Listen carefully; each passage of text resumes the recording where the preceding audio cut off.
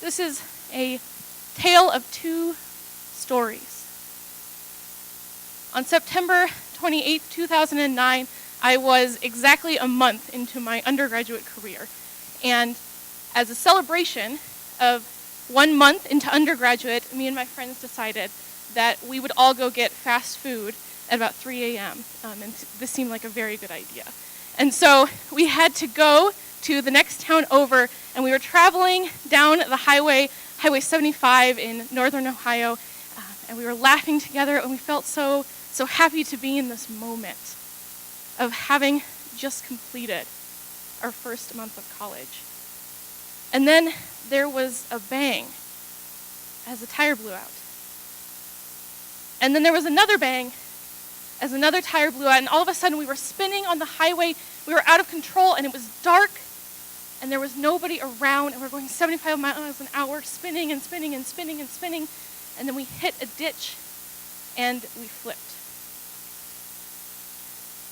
I remember feeling so remarkably peaceful.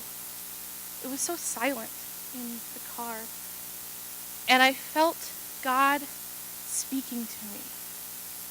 And God was telling me to relax. And I looked out the window, and there was the trees of northern Ohio, and I felt so comfortable in my place among these trees under the eyes of a God who loved us.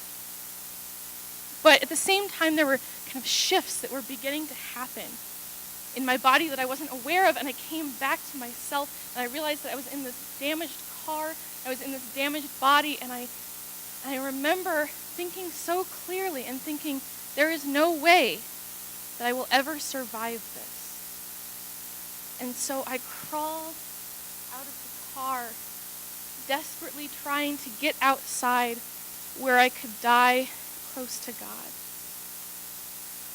And in the days and months and years of recovery that followed, that is the way that I remained, crawling out of destruction and trying to find God.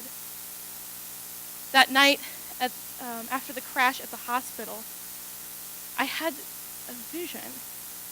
And in the vision, I saw God, and I begged God to let me leave my life because I was done with it.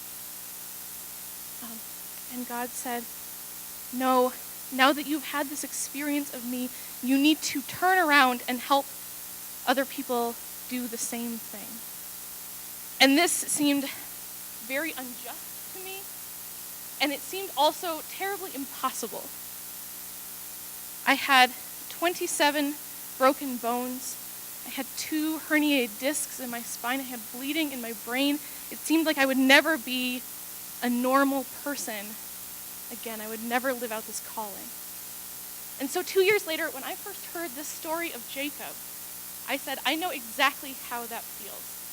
Because Jacob's not in this battle of wills with God. He's not thinking about how do I spar with God mentally, but this very visceral battle of 2 people locked in a struggle on a real place. And Jacob says to God, I will not leave until you give me a blessing. I will not let you go until you bless me. And my bones just ached with this feeling. I cannot go until you give me a blessing. But I kind of missed something, I think, the first time that I read the text. Looking back on it, I think I see maybe what Jacob saw afterwards. That this body is the blessing that was given. Because God and Jacob are wrestling and they're fighting. It's this very visceral struggle. But God doesn't hit Jacob on the thigh, but touches him. And that touch both creates a wound in Jacob, and it imbues some godness into this person. Jacob's body can hold his hurt, and it can also hold his very deep holiness. And you and I have bodies like this. Bodies that wiggle and make weird sounds and kind of get out of order. And and have flesh and matter and weight. And these bodies are not us. They are not all of us. No one part of them says everything there is to say about us. But at the same time, there's so much about them that contributes to our being. The way that we experience them matters. The curtain between the body and the soul is torn. And we end up with parts of our being worn on us like tattoos. How do our bodies hold our hurt? How do our bodies hold our holiness? On April 16th of 2016, I decided that my body would be my most beloved enemy. It took me 2 years to fully recover from all of my bones. It took me 5 years to be able to sleep through the night, and it took me 7 years to realize that I could do normal physical tasks again, really think that I could do them. But it has taken me my whole life to look at myself and realize that this is the body that I am blessed with, the body that I want. That I will always be fat and short and have weird scars and unexplained pain and be imperfect. And that is my struggle and is my glory. Because Jacob's body, my body, your body, they point towards the body of the one who came and was broken. They point towards the body of the one who came and was not so beautiful that we should desire to look on him.